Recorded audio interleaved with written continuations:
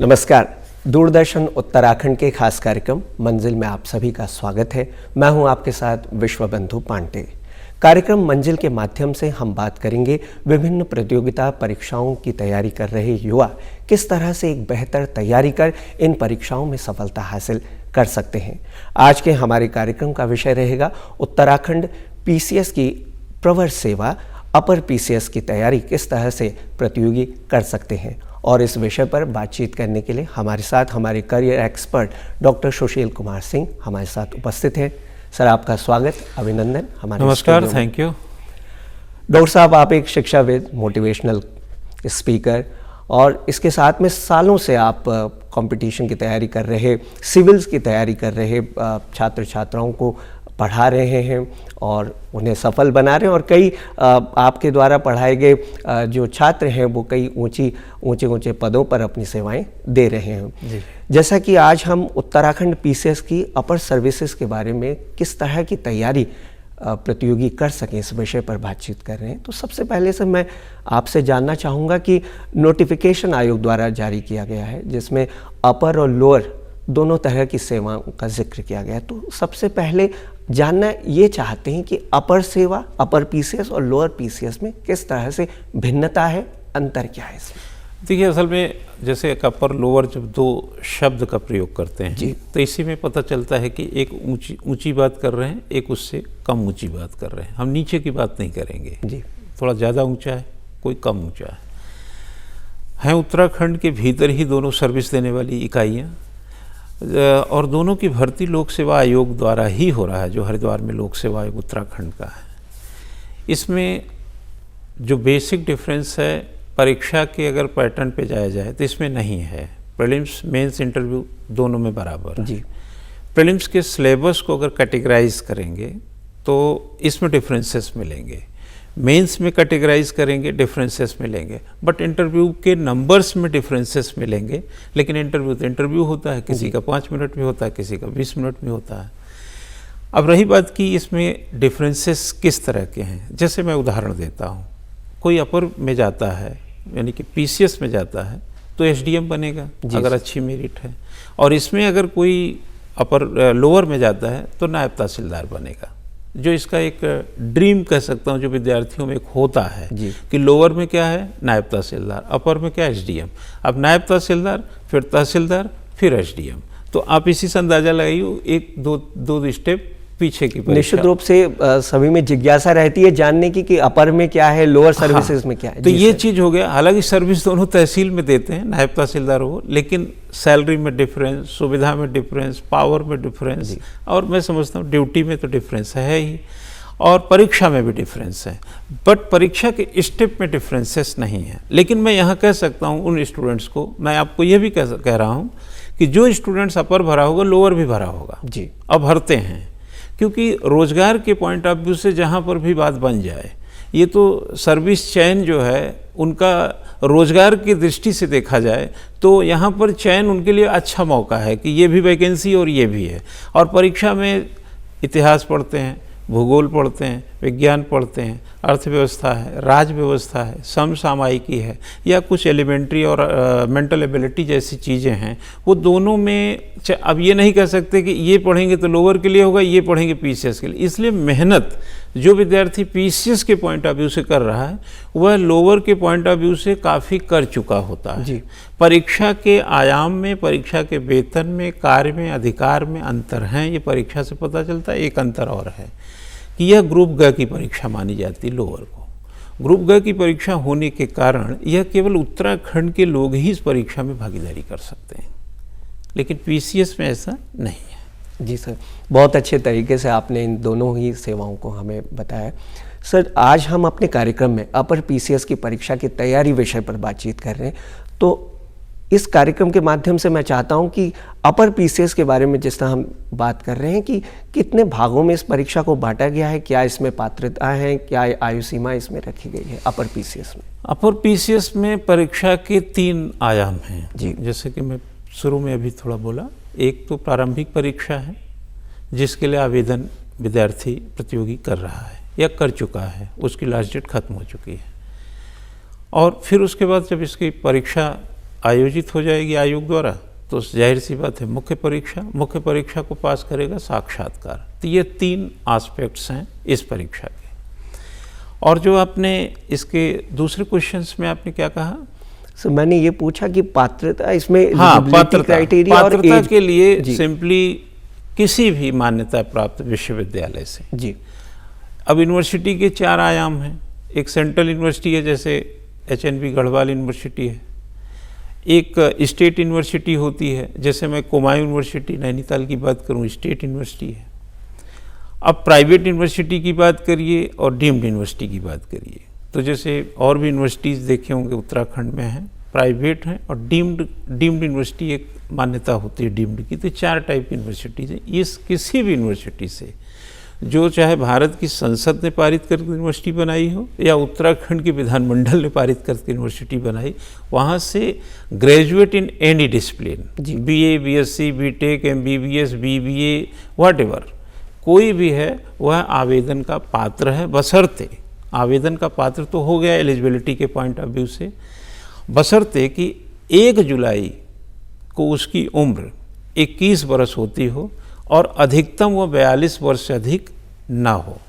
हालांकि इस बार सरकार ने कोविड को ध्यान में रखते हुए जो लोअर वाला जो आपने बात किया, लोअर PCS की, उसमें 1 साल की उम्र में छूट भी दी है।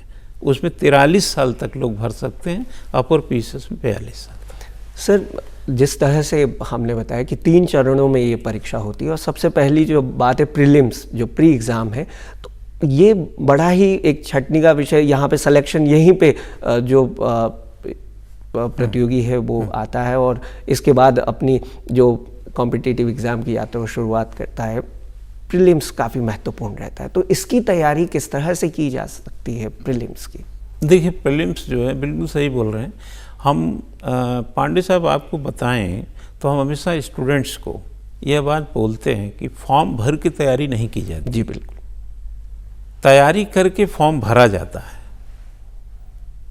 हालांकि जो स्टूडेंट्स फॉर्म भर के तैयारी करने जा रहे हैं, कर रहे हैं, हतोत्साहित होने की ज़रूरत नहीं है, लेकिन जो मतलब परीक्षा को अंतिम सफलता में बदलने के लिए कुछ उसके गुणाभाग तो होंगे। यदि प्रतियोगी समय के साथ विषयों को पढ़े, देखिए विषय कठिन नहीं है, कोई भी विषय समय लेते हैं समझने में और स्थायी रूप से अपने अंदर जगह बनाने में। प्रारंभिक परीक्षा पहली और बड़ी चुनौती इसलिए है क्योंकि इसके बाद ही आगे के दरवाजे खुलते हैं। जी बिल्कुल। दूसरी चीज़ है, इसमें कम से कम, मेरे पास आंकड़ा नहीं है क्योंकि ये कमीशन आंकड़ा जारी करता है, कि जैसे मैं उदाहरण दूं, जब पहली बार ये परीक्षा आई थी 2002 में, तो 1.5 लाख के आसपास लोगों ने फॉर्म भरा था। अब अगर 1 लाख से ज़्यादा लोग भी अंदाजन इस समय भी फॉर्म भरे होंगे, और उसमें से 234 पोस्ट के मुकाबले 10 पोस्ट SDM की बाद में जोड़ी गई। मेन विज्ञप्ति जो थी उसमें 224 ही पोस्ट थे। अगर इसको 15 से 20 गुना, जैसा कि कमीशन प्रारंभिक परीक्षा में करते हैं, कोई लोग 15 गुना भी करते हैं, कोई 20 गुना भी करते हैं, ठीक है, तो आप इससे अंदाज़ा लगाइए कि रिजल्ट कितना आएगा और किस प्रतिशत पे जाके ठहरेगा। इसमें प्रतियोगी को चाहिए कि निरंतर, जैसे यूनिट वाइज देखें तो प्रारंभिक परीक्षा के फर्स्ट पेपर में 6 यूनिट हैं, एक पूरा भारतीय इतिहास है।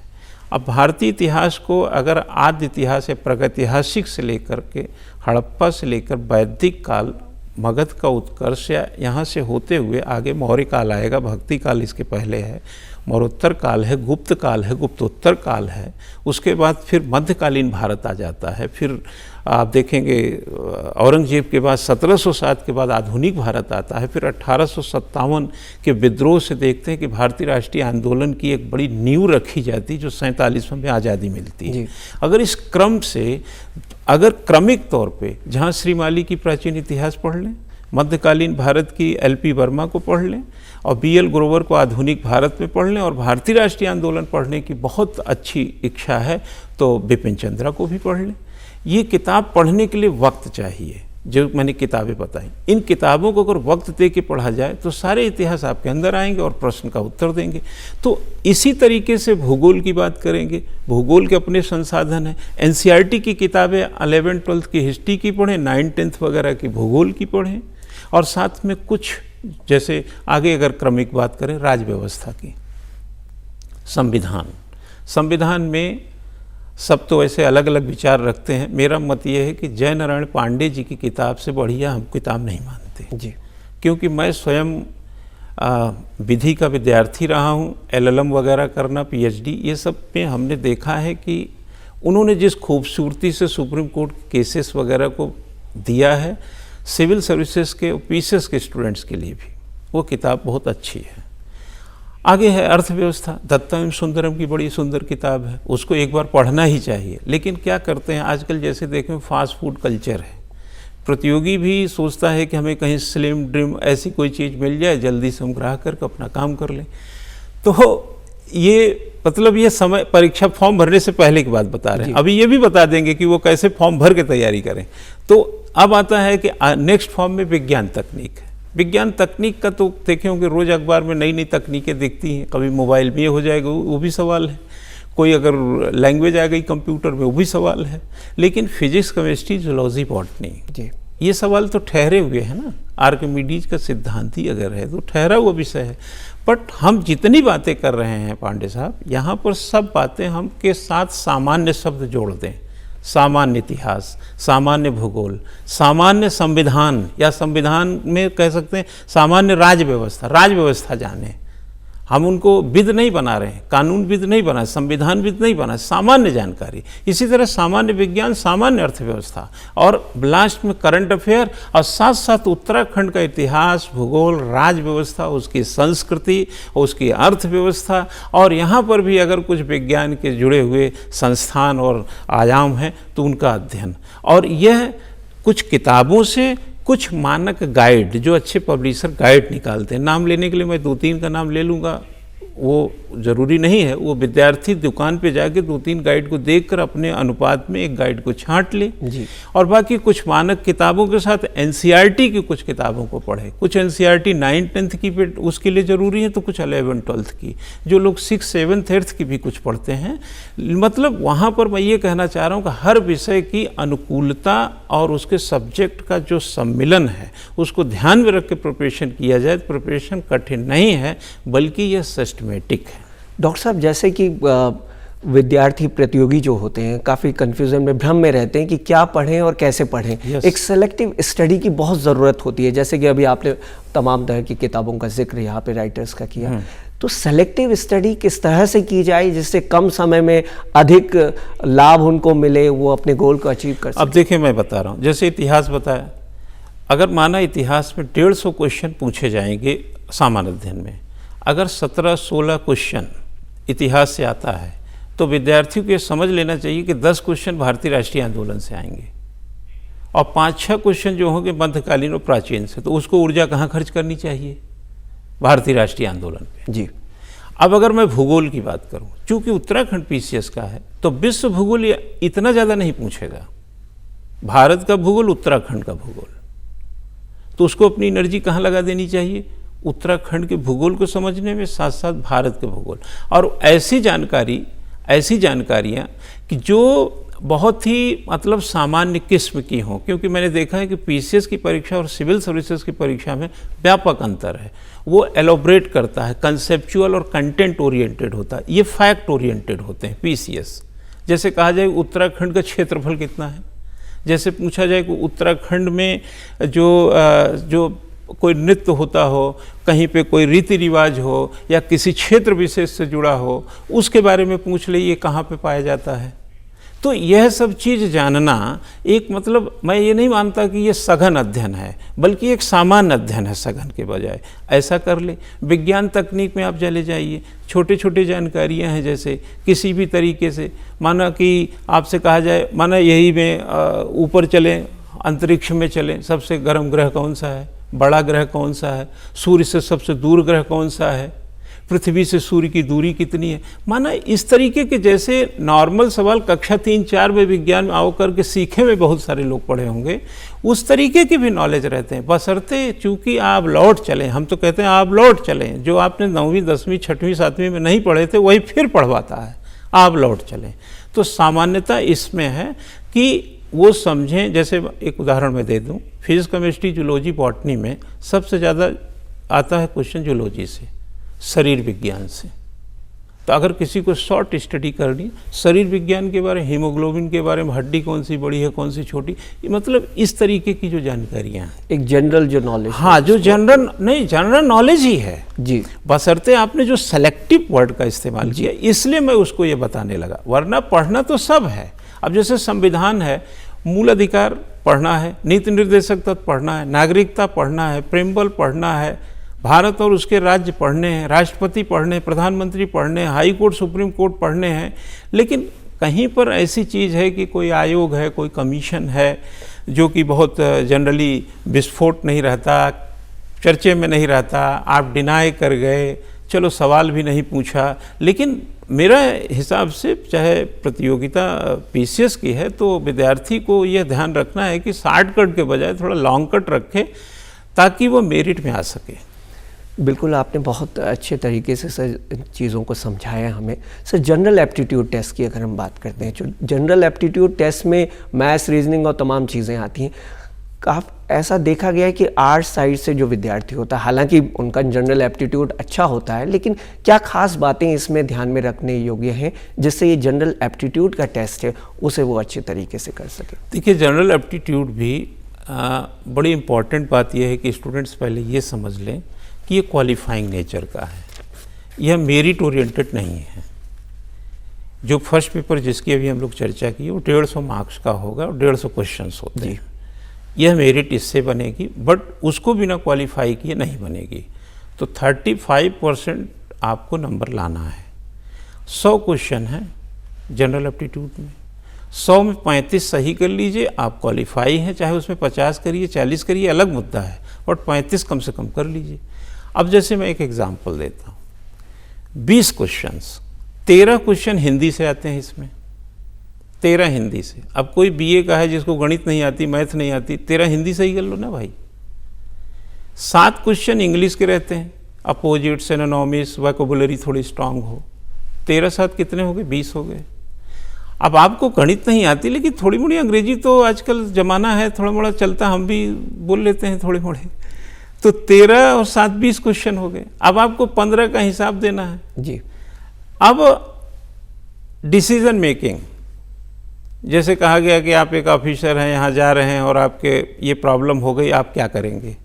ए ये करेंगे, बी ये करेंगे, सी ये करेंगे। डिसीजन मेकिंग के क्वेश्चन है, कम्युनिकेशन के क्वेश्चन है। कम्युनिकेशन संप्रेषण जो क्रिया होती है, संवाद कहते हैं ना, कम्युनिकेशन इंटरपर्सनल स्किल के क्वेश्चंस हैं, इनमें से सही कर लीजिए। जनरल मेंटल एबिलिटी में एप्टीट्यूड टाइप के, रीजनिंग टाइप के कुछ रीजनिंग लगाइए कि वो उसके बुआ लगती है तो उसका फलाना का क्या होगा, इसका क्या, अरे इतना तो हम रिश्ते में रहते ही हैं, गुणा भाग करके ये निकाल लें। अब नंबरेशी की बात करें, स्टैटिस्टिकल अवेयरनेस की बात करें, या मेंटल एबिलिटी गणित की बात करें जिसमें काम समय, चाल समय, ये वो, हम कह रहे हैं इसकी ज़रूरत क्या है? छोड़ दीजिए। आपको सारा सही करना नहीं है और सारा सही करके कुछ होना नहीं है, तो ये तो कंपटीशन है ना। Competition depends, not only depends on reading and laborious aspect, that is technique. तो कमीशन कहाँ कह रहा है कि आप गणित पढ़ के आइए तब आपको डिप्टी कलेक्टर बनाएंगे? प्री में कह रहा हूँ, हालांकि आगे ये दिक्कतें हैं थोड़ी, बट मेंस में, लेकिन प्री लेवल पे वो तो आप छोड़ दीजिए। 35 क्वेश्चन के लिए आप समीकरण भिड़ा लीजिए। और मैं दावे से कहता सकता हूँ कि जो गणित नहीं जानता है वह भी एप्टीट्यूड टेस्ट को क्वालिफाई कर सकता है। जी सर, क्योंकि ये उत्तराखंड पीसीएस है, यहाँ पर उत्तराखंड से रिलेटेड टॉपिक्स भी आते हैं, तो उत्तराखंड के लिए कौन सी ऐसी किताबें हैं, क्या कुछ टिप्स अपना सकते हैं हमारे एस्पिरेंट्स? ठीक पूछा आपने। उत्तराखंड की देखिए, मैं ये कहता रहा हूँ कि हमारे यहाँ जैसे साहित्य का जो है, प्रदेश के साहित्य को लेकर ये शिकायतें रहती हैं कि हमारे पास कोई नामचीन साहित्य नहीं है कि हम यहाँ से ये चीज़ पढ़ लें सारी जानकारी हो जाए। तो कहीं उत्तराखंड का इतिहास मिलेगा, कहीं उत्तराखंड का भूगोल मिलेगा, लेकिन कुछ प्राइवेट पब्लिकेशंस जो हैं, हालांकि सूचना जनसंपर्क जो विभाग जो उत्तराखंड सरकार का है, इसके भी जनरल्स आते हैं। मैं आप को बहुत आसानी से बताऊं, एक समय था शायद आज से 10 साल पहले, वो जनरल्स को मैंने साल भर का कलेक्ट किया, हालांकि उनकी एक पूरी किताब भी आ जाती है। मैं उस जनरल से पूरा उत्तराखंड को बताया बच्चों को, सवाल सब उसी में से थे। असल में होता ये है ना, कलेक्शन सिलेक्शन नहीं है, केवल मटेरियल का कलेक्शन सिलेक्शन नहीं। हम स्टूडेंट से कहते हैं कलेक्शन अगर सिलेक्शन है तो जो किताब बेचते हैं उनका पहले सिलेक्शन होना चाहिए, वो सबसे ज़्यादा कलेक्शन करके बैठे। सिलेक्शन जो है वो कंपटीशन के डिमांड को ठीक से अप्लाई करिए, उसमें ठीक से निवेश करिए अपना। जनसंपर्क विभाग की जो पत्रिका आती है वो भी उत्तराखंड में काफ़ी मदद करती है। प्राइवेट पब्लिकेशन अच्छी किताबें निकाल रहे हैं, नाम भी ले सकता हूँ, आप द कैमरा बोलेंगे तो बता भी दूंगा। विद्यार्थी जानते हैं जो ये तैयारी करते हैं जी, वो चले जाएं, उस किताब को A to Z बढ़िया से रटें। उसमें उत्तराखंड का इतिहास मिलेगा, उत्तराखंड का भूगोल मिलेगा, उत्तराखंड की राज्य व्यवस्था मिलेगी, उत्तराखंड की संस्कृति, कला, भाषा, जितने प्रकार के उत्तराखंड की विविधता से जो भरी हुई व्यवस्था है उस सब का संकलन मिलता है। अब डिपेंड ये करता है कि वो पढ़ते कैसे, रटते कैसे। जी सर। डॉक्टर साहब, एक प्रश्न हर किसी के जहन में रहता है, मन में आता है कि घर पर तैयारी, सेल्फ स्टडी जो प्रतियोगी कर रहे हैं और कोचिंग जा कर के तैयारी करना चाहते हैं, तो इसमें किस तरह की तैयारी को वो करें जिससे वो अपने गोल को अचीव कर सकें? देखिए, सिंपल ऐसा समझिए, अगर घर में आप खाना बना सकते हैं तो होटल में मत खाइए। जी। अगर आप सेल्फ स्टडी मतलब आपके घर में कोई सीनियर है, आपके फादर हैं, ब्रदर हैं, मामा का लड़का है, मौसा का है, IAS है, PCS है, या सीनियर है, तैयारी करता है, आपकी मदद कर सकता है, बुक्स बता सकता है, तैयारी बता सकता है, करने का तरीका बता सकता है, तो आप सेल्फ स्टडी भी स्टडी ही है। देखिए, कोई भी कोचिंग संस्थान 2 घंटे 3 घंटे से पढ़ाने के बाद 21-22 घंटे तो विद्यार्थी अपने घर में ही रहता है ना, लेकिन वो जो 20-21 घंटे अपने घर में रहता है उसको 2 घंटा बहुत बड़े डायमेंशन दे देते हैं। एग्जाम्पल के तौर पे जैसे ये प्रोग्राम है, कई लोगों को पता चल जाएगा अच्छा इतना करना है, ये ऐसे करना है, तो ये आधे घंटे का जो विषय है, जो चर्चा हम लोगों का, इसमें कई स्टूडेंट्स को एक ट्रिप्स मिल रहा है, तो आधे घंटे से वो क्या पता पूरा साल बचा ले जाएं। तो सेल्फ स्टडी भी एक अच्छा उपाय है, इसमें कोई दुविधा नहीं है। लेकिन अगर किसी विद्यार्थी को लगता है कि उसको किसी कोचिंग या किसी तरह के सीनियर्स, किसी लेक्चर्स की ज़रूरत है, तो उसमें संकोच नहीं करना चाहिए। हम ये जानना चाहें आपके माध्यम से कि कुछ टिप्स आप देना चाहें, 2-4 टिप्स जो काफ़ी लाभकारी हो सकते हैं स्टूडेंट्स के लिए इसमें। मेरे हिसाब से देखिए, वक्त जो है परीक्षा को आवेदन कर चुके हैं जी, अब उनको हम ये नहीं कह सकते कि आप पहले क्या पढ़े थे क्या नहीं। हमारे सामने भी बहुत सारे स्टूडेंट्स आते हैं जो फॉर्म भर के ही तैयारी करते हैं। हम उनको कहते हैं कंपटीशन पास करना, कंपटीशन करना केवल अध्ययन का विषय नहीं है। अगर ऐसा होता तो बहुत सारे लोगों ने 22 वर्ष में IAS टॉप किए, उन बहुत कम समय में उन्होंने ये टेन्योर को पार किया है। इसका मतलब अध्ययन के साथ परोसने की कला, एग्जीक्यूट करने की कला, वह जब तक उसमें निपुणता नहीं आएगी, और अध्ययन को संवारने की कला। कभी देखे होंगे बाजार से हम लोग सब्जी लाते हैं, सुबह तक नहीं संवार पाते हैं, नहीं बना पाते हैं, तो कलेक्शन तो हुआ बट संवार नहीं पाए।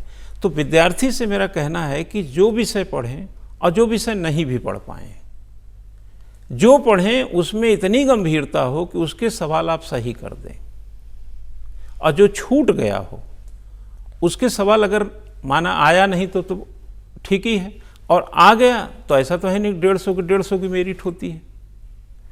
अगर 0.25 माइनस मार्किंग होती है, 0.25, 1/4 अंक कटता है जी। अगर स्टूडेंट 110 सवाल 105 सवाल सही कर रहा है, कैटेगरी के हिसाब से मेरिट हो जाती है। अब EWS है, SC ST OBC जनरल, अलग अलग मेरिट है। लेकिन एक कॉमन फिनोमेना में अगर कोई स्टूडेंट 30 से 35 सवाल, कम से कम 40 सवाल तक भी छोड़ दे कि साहब हम करेंगे ही नहीं, तब भी वो सिलेक्ट हो सकता है। निश्चित रूप से सर, बहुत रोचक तरीके से और आसानी से आपने तमाम चीज़ों को हमारे दर्शकों के सामने रखा, और मुझे आशा है कि इन चीज़ों को जब स्टूडेंट प्रतियोगी देखेंगे तो उन्हें काफ़ी मदद मिलेगी, लाभ मिलेगा। आपने हमें अपना बहुमूल्य समय दिया, इसके लिए आपका बहुत बहुत धन्यवाद। तो दर्शकों, ये था आज का हमारा कार्यक्रम, जिसमें आज हमने अपर PCS परीक्षा के विषय में किस तरह से सेलेक्टिव तैयारी की जा सकती है, तमाम तरह की बातों को आपके सामने रखा और हमारे करियर एक्सपर्ट से हमने जानने का प्रयास किया। उन्होंने अपने टिप्स भी इसमें दिए हैं। हमें आशा है कि आपको हमारे ये कार्यक्रम मंजिल ज़रूर पसंद आया होगा। इसी के साथ आपसे लेते हैं विदा। नमस्कार।